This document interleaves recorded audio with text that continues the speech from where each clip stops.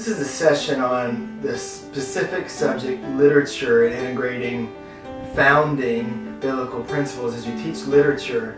And again, we're going through the planning backwards model to where we're going to give you the standards.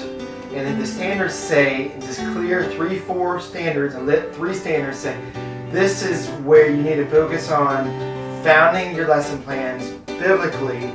And then teachers are responsible from having these overall standards to say, now I'm going to assess them along the way formatively, then summatively at the end of the units, and then again at the end of the course. And to make sure students are demonstrating they have mastery of this, they own it.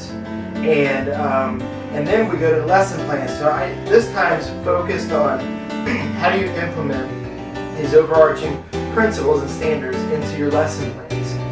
You'll see in the PowerPoint there's 3 standards. The first standard is just say, anytime you're teaching literature, scrutinize all the influences on the writer's own history, the cultural context, the main worldviews of the day, the interaction with the church at the time. So what are the forces forming the worldview of the author, and then to give students the skills to analyze where is the author developing their purpose through themes, through characterization, and students can identify, not be spoon-fed, but identify these are the purposes of the author because this is who the author is, formed by these forces. And then the second standard then is to really take that and compare it to the biblical worldview. Where is it comparable? Where does it conflict?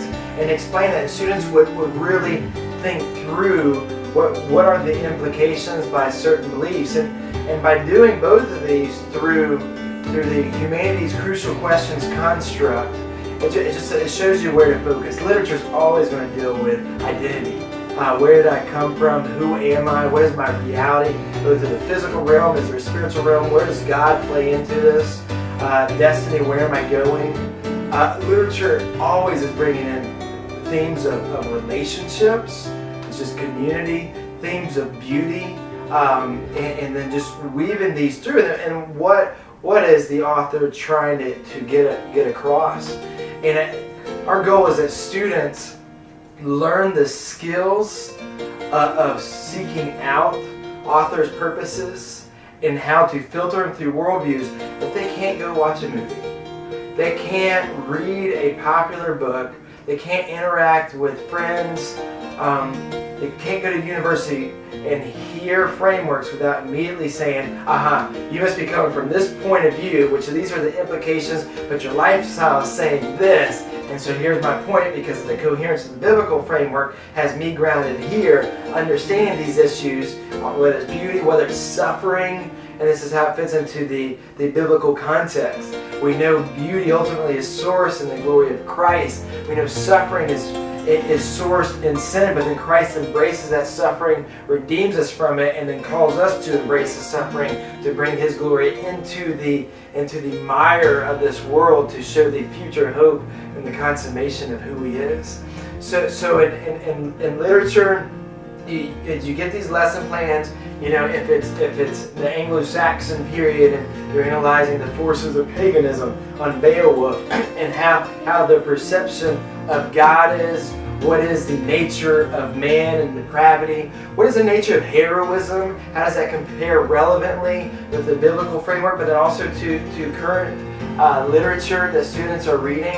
You take that, whatever the period, you take neoclassicism and romanticism, you're reading the Rime of the Ancient Mariner, and you're weighing these two forces and dealing with the scientific development of the age and enlightenment, and then how that is paired and diverges from emotionalism and romanticism, and still conflicting between what about relationships? It doesn't matter how scientific we become and empirically based, we still have these strong feelings of relationship. And this is where you explore and explode the theme of we are made in the image of a triune God. In an image of a triune God who God created us out of the explosion of the relationship between the Father and the Son and the Holy Spirit. You read passages like John 17 where we have these opportunities for celestial eavesdropping, where you hear the Son just claiming the Father's glory and the Father claiming the Son's glory and their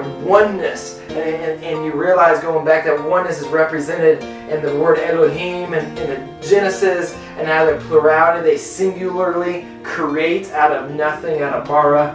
And that is just, it is a theme of, it only explains our great need for relationships that no other worldview does justice to, but the biblical worldview is so coherent. And in that, throughout literature, you're constantly going back to the meta-narratives and the implications, and you bring that compared to the biblical accounts. And then one of the other goals you do through this is have students, as they're analyzing beauty and what is good, what is good literature? What are objectionable elements in literature, to have them think through that. What is good literature? What is the criteria? Because in a postmodern age, the students will say, I like that book. Why'd you like the book? I don't know. I like the book. That's insatisfactory. That same students would go watch whatever movie, fill their minds with whatever, because they don't have the filters, they don't have the standards to say, this is what makes good literature. And so to really develop what are the criteria for good literature. And then finally, the third standard is dealing with the student's ability to write. And if we're so serious about grounding our lesson plan first and foremost into to Christ and His glory, the emanation of His glory, then in our writing, that's got to pervade as well. So are we teaching our students how to be stylistic writers to effectively, persuasively, cogently work in the biblical worldview to where they can communicate that, whether it's writing or it's speaking, and to incorporate logical argumentation and just be effective in rhetoric. So that's our goals, the standards, and you just to view them into each lesson plan, so our students can't just give you the right answer on a test in neoclassicism, but it's students have learned the skills, have the tools to filter whatever through the biblical framework.